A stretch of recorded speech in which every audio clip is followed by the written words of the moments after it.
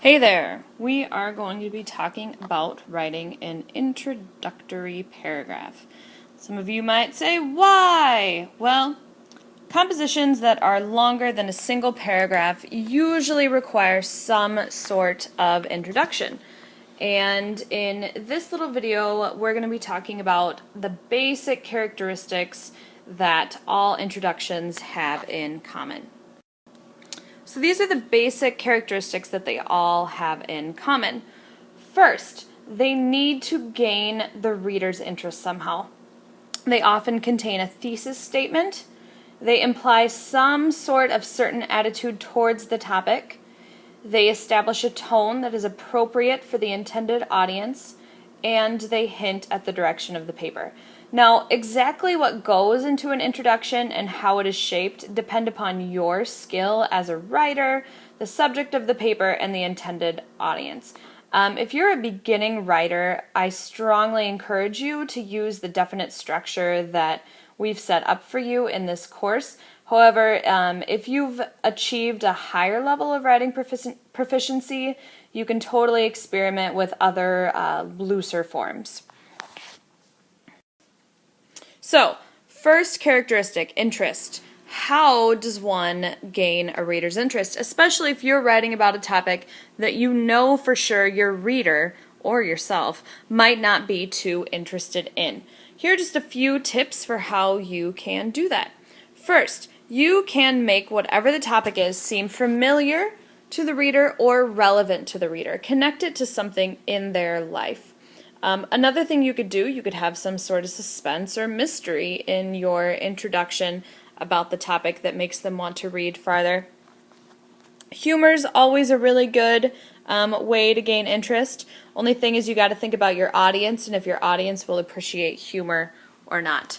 Another way to gain interest is to have an interesting anecdote, an example of what you're going to be talking about. You can always ask a question to gain the interest of your reader that you know they're going to want the answer to that comes later in your essay. You could always surprise the reader by saying something really controversial or giving a really interesting fact that they were not aware of. Also, you could put a really strong opinion in there.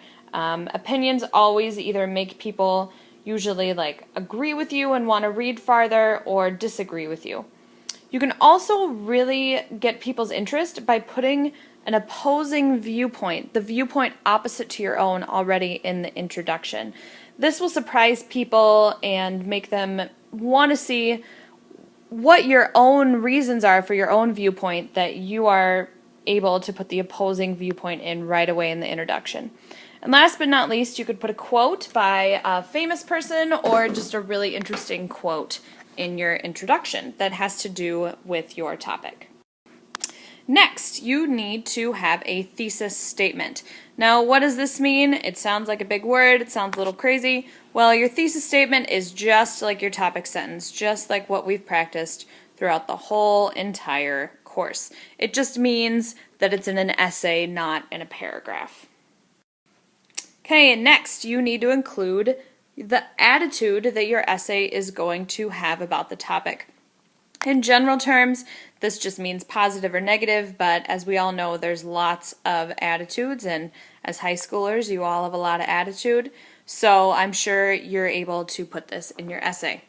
By the way, that was a joke. I hope you got the joke. Next, you need to have a certain tone in your essay. Now, you need to think of your audience. Who is going to be reading this essay? If it's just your teacher, you might have a different tone than, say, you're writing a letter to the school board, or you're writing a blog that's going to be read by your peers. Your tone just basically is your writing going to be formal? Is it going to be informal? Is it going to be somewhere in between? Think of the appropriate way to write for who your audience is. That's tone. Next thing your introduction paragraph needs to do is hint at the direction of your essay. Do not make a direction like this arrow is. It should not wander all over. Your introduction should really tell your reader right away which way you're going. So, those are all the things that general introductions have and how to do them. So go intro, go!